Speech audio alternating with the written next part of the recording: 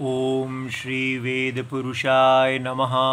नमस्कार। Class number 206 Shrimad Bhagavad Gita जी शंकराचार्य जी के भाष्य के अनुसार आरंभ किया जाता है।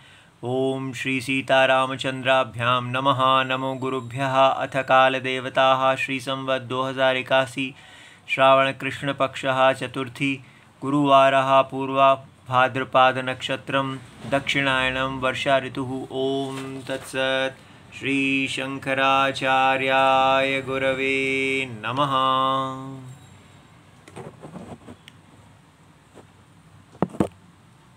वेद विनाशिनं नित्यं य एनम् अजमव्ययम् कथं स पुरुषः पार्थ कम घातयति हन्तिकम्। अध्याय नंबर 2 श्लोक नंबर 21 और पुस्तक है Shrimad Bhagavad Gita ji, Gita Press Gorakhpur, book number 10, Shankaracharya ji के भाष्य वाली पुस्तक। अच्छा जी, तो अब हम इस पे आ जाएं।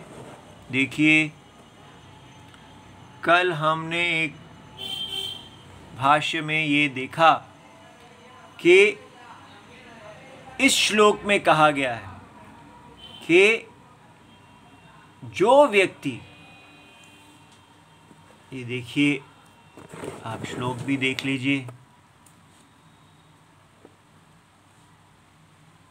जो इस अविनाशी नित्य आत्मा को, अजम अव्यय आत्मा को जानता है, कैसे वो पुरुष, हे पार्थ, किसी को मारता है, कम हंति कम घातयति, और किसी को भी मारने की प्रेरणा देता है। तो यहाँ से इतना कहकर शंकराचार्य जी ने इसका अर्थ दिया कि हमें इसका अर्थ लेना चाहिए कि ऐसा पुरुष सारे कर्मों को, वो सर्व कर्म असंभव कारण विशेष, क्योंकि वो आत्मा अविक्रिय है, वो अविक्रिय आत्मा को जानता है, वो ऐसी आत्मा को जानता है जिसमें कोई विकार ही नहीं है। इसलिए उस व्यक्ति को हमें समझना चाहिए कि वो सिर्फ हनन क्रिया ही नहीं, कोई भी क्रिया नहीं करता, अकर्ता है। अब इससे हमें आगे बढ़ना है, लेकिन मन, भगवान रोक रहे हैं। भगवान कह रहे हैं कि आप इस प्रकार पढ़ाने लगेंगे, फिर दोबारा आप स्कूल टीचर बन जाएंगे, जो सिलेबस को पढ़ाए जाते हैं बस। इसलिए पहले वो चीज़ दूर कीजिए जो हम सबको रोक रही है। तो उसके लिए हमको भगवान यहाँ पर, ये देखिए, ये एक श्लोक है,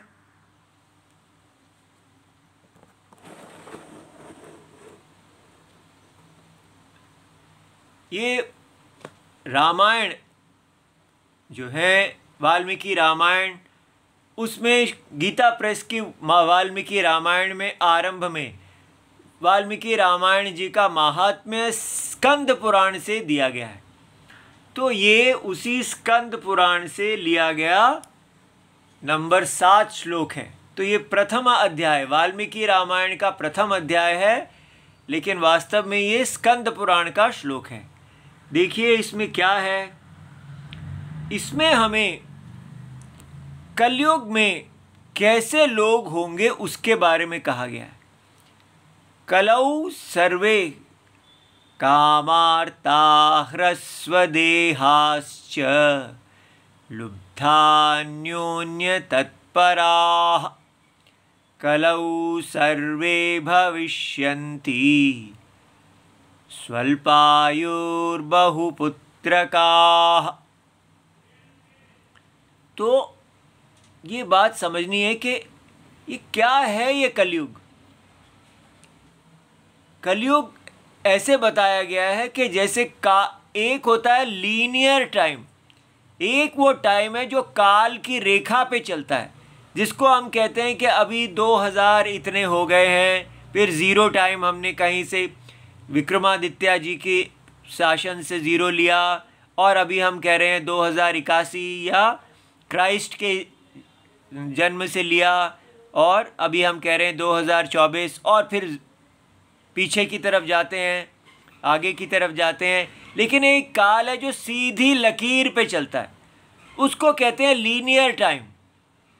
वो जो काल होता है वो काल में घटे हुए घटनाएं, इवेंट्स को बताता है कि कब राजा अशोक का काल कब था, कब शिवाजी थे, कब अंग्रेज थे, कब मुसलमान थे, इस प्रकार। लेकिन ये जो पुराणों में चक्रात्मक काल दिया गया है, सतयुग और उसके बाद त्रेता, द्वापर और कलयुग, ये काल धर्म की गति को बताता है। एक वो काल है जो वेद प्रमाण है, जिसमें ये बताता है कि कैसे धर्म का मूल शत्रु काम है, और जैसे जैसे काम की वृद्धि होती जाती है वैसे वैसे धर्म का ह्रास होता जाता है। ये बात समझ में आई? और इसलिए मनुष्य का स्वभाव है कि वो काम की तरफ जाता है, और धर्म जो है वो उसको शास्त्र से मिलता है, और वो अपने स्वभाव को, अपने काम को जीत के धर्म की तरफ जाता है। इसलिए ये जो स्वाभाविक गति बताई गई है कि इस प्रकार धर्म की फॉल, धर्म का जो पतन है वो होगा अगर ऐसे व्यक्ति का काम बढ़ता जाएगा। तो स्वाभाविक मनुष्य, सामान्य मनुष्य है, मनुष्य का सामान्य स्वभाव है कि वो उसमें काम की वृद्धि होती है, धीरे धीरे धीरे धीरे वो धर्म से गिरता जाता है। तो कलयुग तक आते आते धर्म का ऐसा कहा जाता है कि एक ही पैर रह जाता है, और सामान्य मनुष्य कलयुग में आते आते, चाहे हमारी सृष्टि सब सतयुग से आरंभ होती है, लेकिन जहाँ सबको धर्म का ज्ञान है, जहाँ सभी धर्म का पालन करते हैं, लेकिन जैसे जैसे काल बीतता है तो फिर काम की वृद्धि होती है। तो फिर हमें कहा गया है कि ऐसा जब हो रहा है तो आपको इस काम को रोकना चाहिए। तो कलयुग में आप इस काम, बढ़ी हुई काम की वृद्धि से कैसे निकलेंगे? तो उसका उपाय है कि आपको जगत के सत्य की शरण लेनी होगी। ये नहीं है इसका अर्थ कि कलयुग में ऐसा ही होगा, कलयुग का यही धर्म है। कलयुग में आपको धर्म पालन अगर करना है तो कोई भी आपको साधन नहीं मिलेगा। तो आपको क्या करना होगा? आपको जगत की आत्मा सत्य की शरण लेनी होगी, क्योंकि कलयुग सत्य से बड़ा नहीं है, स्वयं सत्य, कलयुग स्वयं सत्य से व्याप्त है। कलयुग अविद्या का में कल्पित है, एक कल्पना है, और उसकी सत्ता, उसको भी सत्ता देने वाले स्वयं सत्यम परमेश्वर है। इसलिए हमको भगवान की शरण कलयुग से बाहर निकलने के लिए लेनी होती है कि हे भगवान, ये कली का मल जो काम वृद्धि है उससे मैं बचूं, मुझे बचाओ। वो साधन है। अब ये देखिए, कलयुग के लक्षण देखिए। वैसे तो इसमें ये अन्योन्य तत्पराः मुख्य लक्षण हमको बताना था, लेकिन इसके लिए आपको सारे बता रहे हैं। पहला लक्षण दिया है कामार्ता, काम से पीड़ित मनुष्य कैसे होंगे? कलौ सर्वे भविष्यन्ति, कली युग में सभी कैसे होंगे? काम, देह में जो काम है, देह परायण है, माने देह में उनकी कामना होगी, काम होगा, और वो केवल काम परायण, काम से पीड़ित रहेंगे। क्यों काम से पीड़ित रहेंगे? क्योंकि वो इस काम को वश में करेंगे ही नहीं, वो काम के वश में रहेंगे। ठीक है, ये वो स्थिति बताई जा रही है जब आपके पास साधन नहीं है। ये कलयुग के साधनहीन लोगों की स्थिति है। ये नहीं कहना कि सभी ऐसे होंगे। जो लोग भगवान सत्य राम जी की शरण लेंगे वो इन सारे लक्षणों से बच जाएंगे। ठीक है, तो कामार्थ हमें देखना है कि हम सब इस समय क्या है। हम कामार्थ हैं? हम सोचते हैं हाँ ये कलयुग के लोग होंगे, हम तो कामार्थ नहीं हैं। ठीक है, कामार्थता क्या होती है? कामार्थता है केवल देह की तुष्टि के लिए।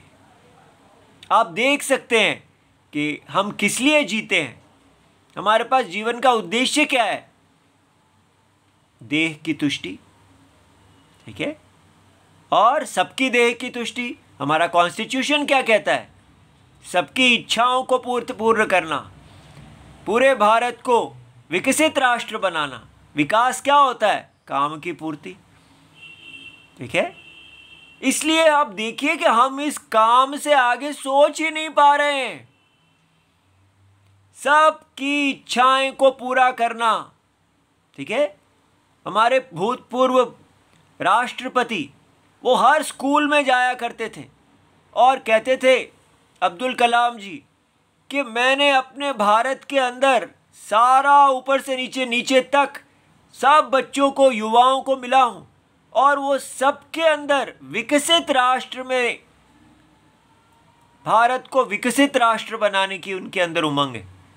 धार्मिक राष्ट्र बनाने की उमंग उन्होंने देखी ही नहीं, और ना ही उनको समझ में आई। क्योंकि हम केवल अब चाहते हैं कि जो विकसित राष्ट्रों के भोग हैं वो हमें मिले। कामार्थ, पीड़ित, इसको हम प्रोग्रेसिव, प्रगतिशील भारत कह रहे हैं। और यहां पर देखिए क्या कहा जा रहा है, कामार्थ, रावण। तो कामार्थ होने के कारण हम क्या हैं? ह्रस्व देहा। ह्रस्व देह का मतलब छोटा कद नहीं है। ह्रस्व माने छोटा, देह शरीर माने हर प्रकार से हम छोटे हैं, हर चीज में छोटापन। राम जी क्या है? दीर्घ, बड़ा दिल है उनका, हर चीज में वो बड़े हैं। वो बड़ा का मतलब ये नहीं है कि दान देना, हर चीज को देते रहना, विश्व बंधुत्वम। बड़े का अर्थ है देही परायणता। देही बड़ा होता है और देह छोटी होती है। इसलिए अगर आप देह परायण हो जाएंगे तो आप छोटे हो जाएंगे, और अगर आप देही परायण होंगे तो आप बड़े हो जाएंगे। हम छोटे और बड़े का अर्थ ही भूल गए हैं। हमें लगता है कि हम अगर कोई ऐसा व्यक्ति है जो खूब बड़े बड़े दिल वाला देता है। ठीक है, आगे भगवत गीता में ही कहा गया है, इस प्रकार जो दान देने वाले लोग हैं, अहम दास्य, वो असुर होते हैं, बड़े अभिमान में रहते हैं। इसलिए ह्रस्वत्वम को देखना है। उनकी देह ह्रस्व है, इसीलिए देही ह्रस्व नहीं है। इस तुलना को देखिए, दो ही तुलनाएं हैं, देह या देही। अगर आप देह में हैं तो कामार्थ रहेंगे, ह्रस्व देह रहेंगे, लुब्ध, लोभ, ग्रीड, इतना लोभ। देह, जो व्यक्ति देह परायण है, जो अपने आप को देह समझता है, वो लोभी होगा ही होगा। अंबानी को देखिए, क्या है उस अमीरी में? जिस अमीरी को प्राप्त करने के लिए आपको सारे देश को खरीदना पड़ता है, रेवेन्यू डिपार्टमेंट इत्यादि, हर डिपार्टमेंट, हर व्यक्ति आपकी जेब में होता है। सबको खरीद खरीद के आप अपने अनुकूल आगे बढ़ते जाते हैं। इतना पाप, ये लोभ नर्क का द्वार है। लेकिन हमको अभी भी सबको अंबानी बनने की इच्छा है। अमेरिका बनने की इच्छा है।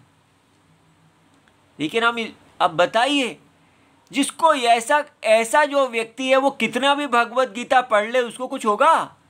और ये देखिए, ये है सबसे इंपॉर्टेंट पॉइंट, अन्योन्य तत्पराः, जो एक दूसरे के ऊपर ही तत्पर होंगे, आश्रित होंगे। ये सबसे बड़ी पॉइंट है। अर्थात वो देही आत्मा, जगत की देही आत्मा के ऊपर आश्रित नहीं होंगे। वो जगत की देही के जो यज्ञ है, यज्ञमय वपु है, उस वपु उनके शरीर की वृद्धि नहीं करेंगे। तो वो क्या करेंगे? वो केवल इस संसार में एक दूसरे के ऊपर ग्रुप्स बनाएंगे, परिवार, देश, सारा ये देख सकते हैं कि मेरा देश की वृद्धि, मेरे परिवार की वृद्धि, मेरे जाति की वृद्धि, ब्राह्मणवाद, क्षत्रियवाद, शूद्रवाद, इस प्रकार सब जातिवाद जो भी है, स्त्रीवाद, हर व्यक्ति अपना ही ग्रुप बना बना के बस, और अपने एक दूसरे के ऊपर आश्रितता। जैसे सागर की लहरें हैं, सब लहरें जो हैं वो अपने पॉलिटिक्स में लगी हुई हैं, एक दूसरे के ऊपर बना बना के ग्रुप्स बना के दूसरे लहरों को जीतती हैं। इसको बोलते हैं कलयुग का लक्षण, अन्य का अन्य के ऊपर तत्परता, आश्रितता।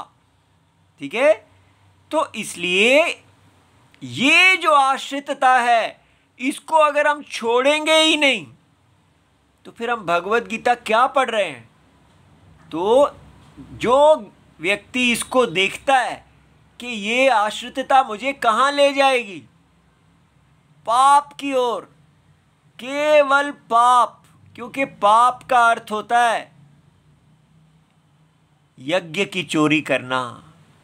जो कुछ आपको इस देह को मिला है वो देही ने दिया है। ठीक है?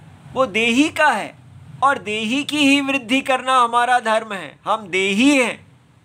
ये बात अगर हम देखते ही नहीं कि अन्योन्य आश्रितता नहीं, हमको देही आश्रितता चाहिए। हमारा आश्रय, हमारा जिस पर हम निर्भर हैं वो भगवान हैं। ये तो हम भगवान पर ही तो निर्भर हैं। हम जाके यही तो कहते हैं, हे भगवान मेरे को आप बस बिजनेस में सब मेरा काम कर दीजिए और मैं आपको आपका काम कर दूंगा। तो हम भगवान पे ही तो आश्रित है। हाँ, ये भगवत आश्रितता नहीं है। इसलिए जब ये इतना गंभीर टॉपिक आ जाता है तो ऐसे जैसे मन में भगवान रोकते हैं कि ये आप क्या पढ़ा रहे हैं, किसको पढ़ा रहे हैं। जो व्यक्ति केवल अन्योन्य आश्रितता में ही सोचा बैठा हुआ है, जो दिन भर बस यही करता है कि मेरा बिजनेस बढ़ जाए, मेरा बिजनेस बढ़ जाए, मैं अमीर हो जाऊं, मैं अंबानी बन जाऊं, जिसको उसमें कोई दोष नहीं लगता कि व्यक्ति सारे सिस्टम को खरीद लेता है और उसके अतिरिक्त कोई तरीका भी नहीं है। कोई तरीका नहीं है, क्योंकि सारे के सारे चोर हैं। और अगर एक चोर को बड़ा चोर बनना है तो उसको बाकी चोरों को खरीदना पड़ेगा। बिना बाकी चोरों को खरीदे हुए आप एक बड़ा चोर नहीं बन सकते। तो इस संसार में आप केवल एक बड़ा चोर ही बन सकते हैं, बस ये यही देता है। तो फिर जब हमारे पास और कोई तरीका ही नहीं है तो हमें तो फिर ऐसे ही जीना होगा। ठीक है? मर तो नहीं जाएंगे, नहीं, और तरीका है, लेकिन वो तरीका उसको दिखेगा जो इस बड़ा चोर बनने की इच्छा से उसको लगेगा इससे तो क्या है ये, क्या है ये बड़ा चोर बनना। तो दूसरी चीज़ क्या है?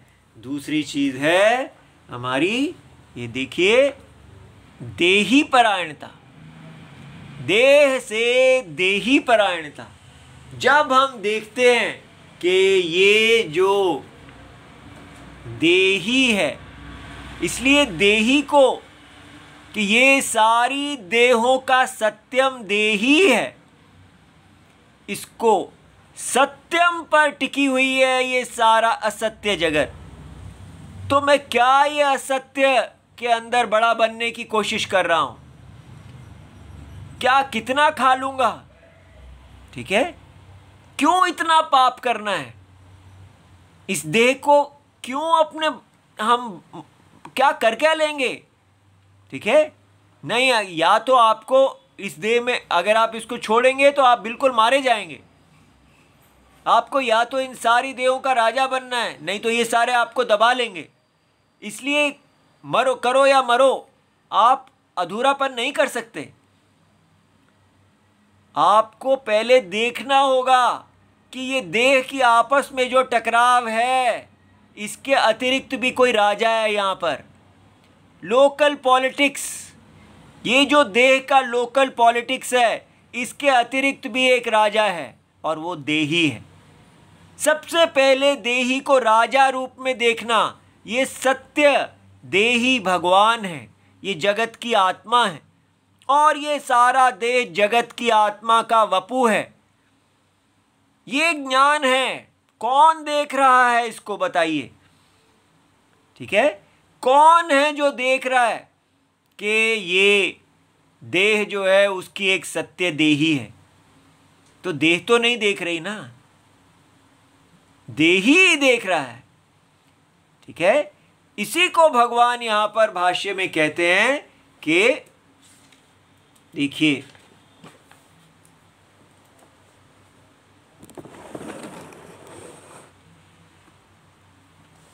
यहां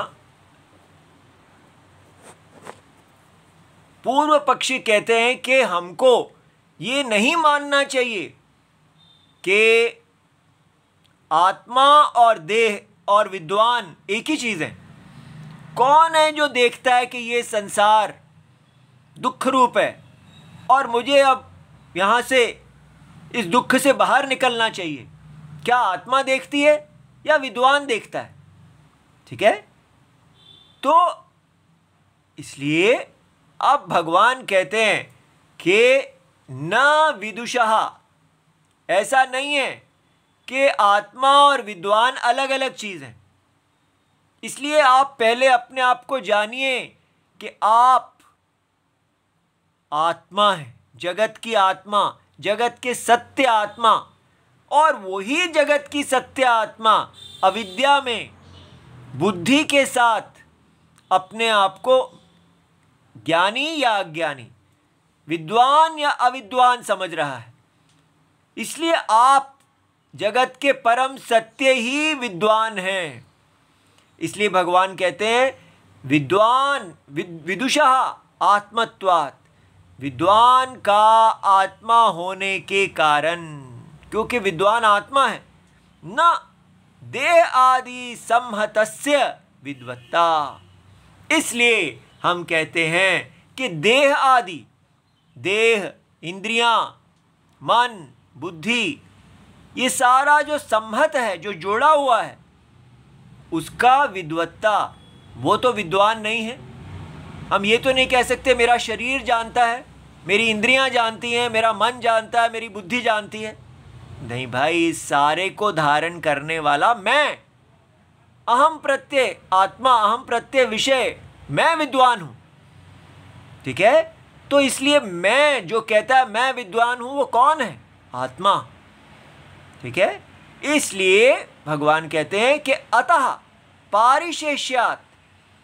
ठीक है, तो पारिशेष न्याय क्या होता है कि अगर देह विद्वान नहीं है, क्योंकि विद्वत्ता, ज्ञान, क्योंकि सारी देह, इंद्रियां, बुद्धि, मन, बुद्धि, ये तो सब अचेतन है। अचेतन वस्तु का विद्वत्ता कैसे हो सकती है? ठीक है, इसलिए पारिशेष्यात् हमें ये समझना होगा कि विद्वान ज्ञान आत्मा का है।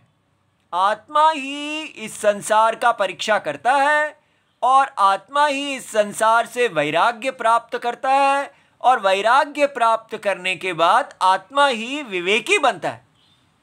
इसलिए आत्मा ही आत्मा और अनात्मा के बीच में भेद देखता है। लेकिन ये आपको बात समझना है, इसको बोलते हैं अध्यारोप अपवाद न्याय। पहले हम कहेंगे आत्मा ही वैराग्य है, वैरागी, विराग, इस संसार के प्रति विराग किसको आता है? आत्मा को आता है, अनात्मा को नहीं आता, देह को नहीं आता। तो पहले हम आत्मा को वैरागी, विवेकी, विद्वान पढ़ाएंगे और उसके बाद में कहेंगे नहीं, आत्मा विद्वान भी नहीं है। स्टेप बाय स्टेप, समझ में आ गया? क्रम से। इसलिए पहले आपको समझना है कि वैराग्य, इस संसार से वैराग्य किसको आ रहा है? देह को वैराग्य नहीं आता, आपकी जिह्वा को वैराग्य नहीं आता, ठीक है, बुद्धि को वैराग्य नहीं आता, आत्मा को वैराग्य आता, ठीक है।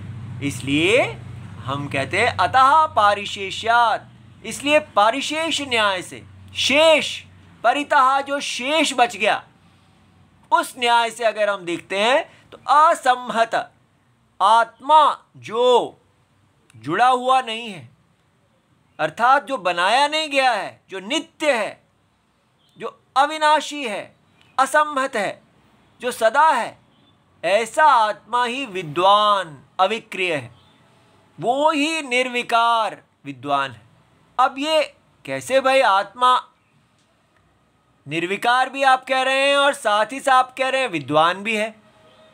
हाँ, क्योंकि वो निर्विकार परम सत्य होता हुआ वो बुद्धि को धारण किए हुए है। कौन सी बुद्धि को धारण किया है? अविद्या कल्पित बुद्धि को धारण किया हुआ, वो जिसकी उसकी उपाधि है, इसलिए वो ही अपनी उपाधि को धारण करता हुआ विद्वान है। तस्य विदुषः, उस विद्वान का कर्म असंभवात्, उस विद्वान का कोई कर्म नहीं है। तो इस श्लोक में जो आक्षेप भगवान ने ऐसे कहा, कथम स पुरुषः, वो पुरुष कैसे किसी को मारता है या मारने की प्रेरणा देता है, ये जो वाक्य बोला इसको आक्षेप कहते हैं। तो वो आक्षेप किसका है? उसी विद्वान का है। विद्वान आत्मा किसी को मारता नहीं है और किसी को मारने की प्रेरणा नहीं देता है, ऐसा वाक्य है। तो इसका मतलब क्या हुआ कि आपने इसका मतलब ये नहीं लेना कि देह नहीं है विद्वान, आत्मा विद्वान है। लेकिन इसके बाद अगले स्टेप में हम कहेंगे कि वो आत्मा विद्वान और अविद्वान भी अविद्या की दृष्टि से है। वास्तव में आत्मा ना मुक्त है और ना बद्ध है, आत्मा नित्य मुक्त है, ठीक है। अब इसको भगवान समझा रहे हैं कि ऐसा क्यों कहा। देखिए, वो कहते हैं यथा बुद्ध्यादि आहृतस्य, ये त्य नहीं है, स्य है।